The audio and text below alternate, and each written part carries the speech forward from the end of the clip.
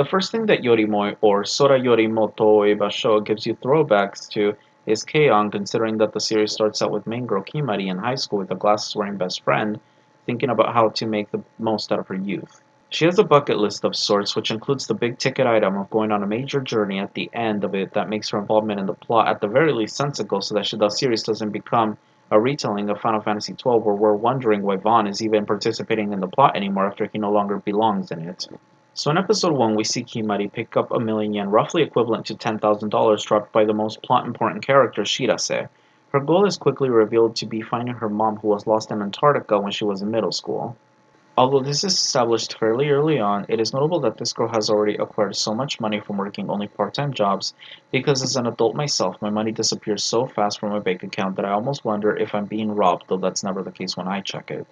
Another issue that bothers me a tad, despite being more centered on the production, is how the team has chosen to incorporate CGI into the series when it looks somewhat awkward. I mean, it may be 2018, but that shit is still a bit off, though that is a minor complaint considering the fact that I've seen considerable amount of praise for that Godzilla Netflix anime when I saw trailers and thought it looked like pure garbage in the animation department. In no time, the plot involves the other two characters in the plot with a Ritsu-like character from Keion who is smart and very energetic, and another who is a child actress who feels robbed of her life by the life of fame her mother forced her into. However, the four characters do not contrast with each other harshly like a few actors forced together into a cheap production where none of them have chemistry with each other. It works rather well as they bounce off of each other naturally, and you see them warm up to each other as early as the end of episode 3, though that's good considering this is a 13-episode anime.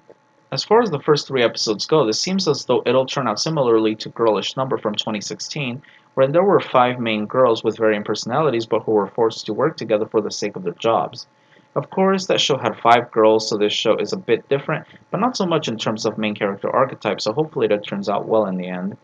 While it's not clear whether the show will be Anime of the Year considering this shit came out in January, the very detailed backgrounds and character silhouettes worthy of Horo Muska sure give it that feel, not that it's a natural considering the fact that it was Madhouse that brought this anime to reality. Of course, there's still 10 episodes left of the show, so this has a lot in store, so I'll keep watching for what happens next.